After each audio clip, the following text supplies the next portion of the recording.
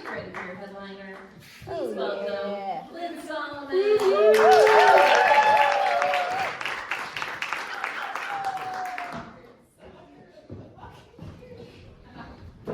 James, the soccer joke really made my day.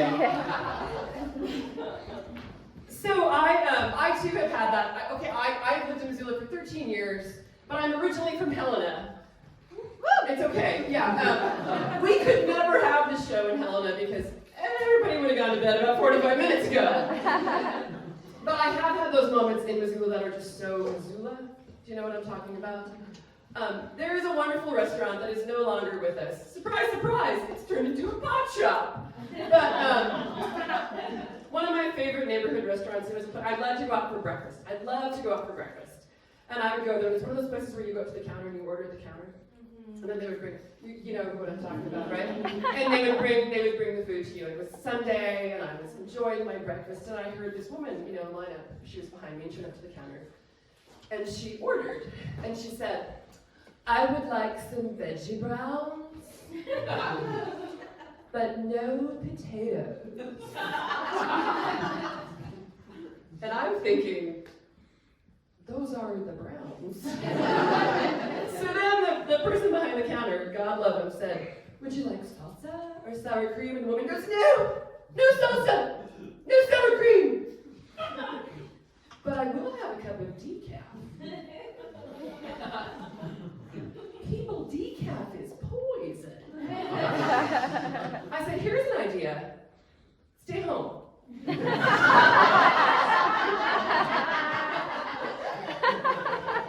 So here's my other Missoula moment, talking about rescue couches. This is a true story. So I live right here. I live in the same neighborhood as all the comedians.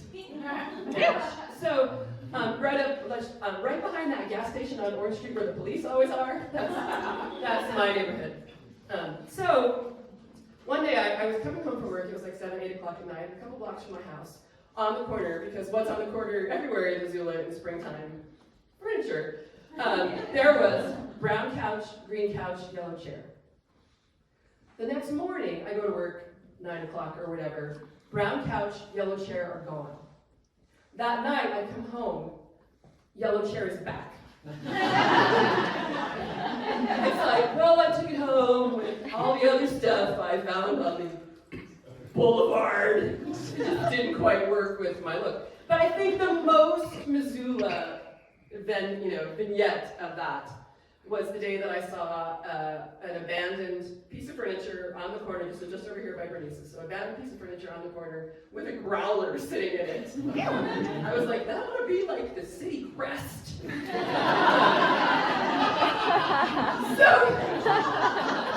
I moved to Missoula, and I was looking for apartments, which is so bananas, it was so long ago. And I would ask, so I would call and I'd be like, "Hey, can I come and look at the apartment?" They would always tell me the same thing. They'd be like, "Do you know where the Dairy Queen on Higgins is?" Every instruction to go look at an apartment was, "Okay, go to the Dairy Queen on Higgins. And then go 2 blocks north and take a left." And it was always, "Go to the Dairy Queen on Higgins." Like, even if the apartment was in our league. So Sarah, darkening the sun. Fascinating idea. So what do we do? Hasn't really been applicable over the past few weeks. But what do people in Montana talk about? The weather all the time. Sidebar, I love to go, one of my favorite things about Montana is going to hot springs, right? I love hot springs. I don't know why, I mean it's hot water, but I love going to hot springs.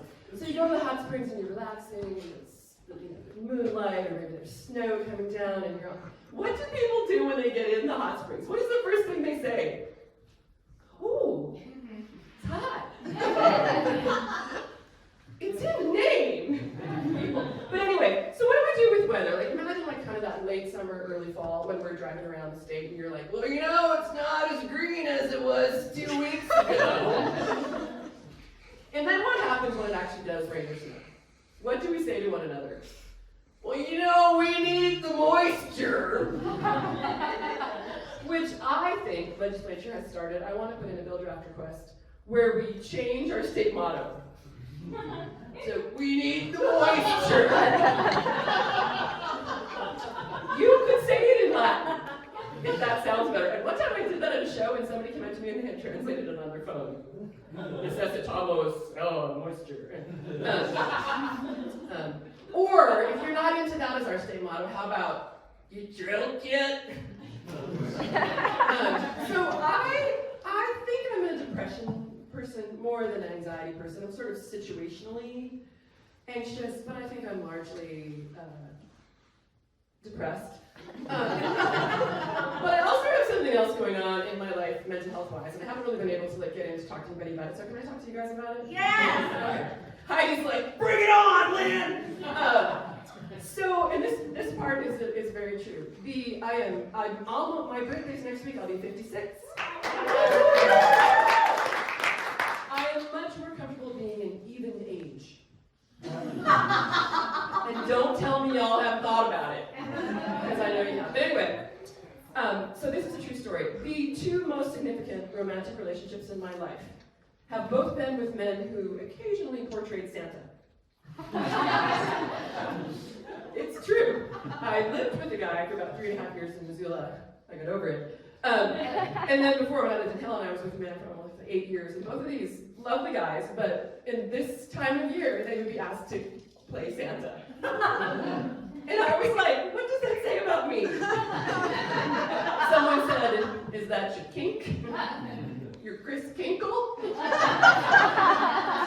I said, I don't have father issues and Father Christmas issues. My sister said, is he single and ready to jingle? But it's a little weird, like when you're getting romantic, right? And he says to you, who's a naughty girl? It doesn't really work, because he knows. And then, like when you want to take some photos with your sweetheart, it's not the same. And then you have that moment where you have to be very confident, very assured in yourself, because you just don't know how many people have sat on that lap. Or when he says, oh. And then, of course, inevitably, another thing for me to sort of suss out. Clearly I have a type. Jolly. The other thing, though, but inevitably it ends, right? So the relationship ends. And then, but he sees you when you're sleeping. He knows when you're awake. So talking about soccer, that James joked that, World Cup, woo, right? So here's my thing. I was a sports writer in my prior life. I don't know if you guys know that about me, but I was a sports writer for 10 years around the Northwest. What do you think they talk about at soccer halftime? Like, keep running around, keep chasing the ball, don't use your hands. Except you, Kevin in the pink, you can use your hands. And then I wondered, do you guys know this concept of stoppage time? You guys know what stoppage time is? So like in football, for instance, when there's a dead ball, the clock stops and they will help tend to an injured player, or if they have to review a penalty, or there's a lot of things that stop the clock in football and basketball. But in soccer, the clock never stops. It just keeps going. So even if there's a substitution or someone's injured or whatever, the clock just keeps going. And then at the end, they just add up. I don't know who decides. Like, hey, we've had this much stoppage time, but then they add it on the end. So you think the game is over, and then all of a sudden, you'll hear the announcer say, oh, there's 8 minutes of stoppage time. Well, I think it's fascinating. But here's my question. Could we do that in the rest of our life?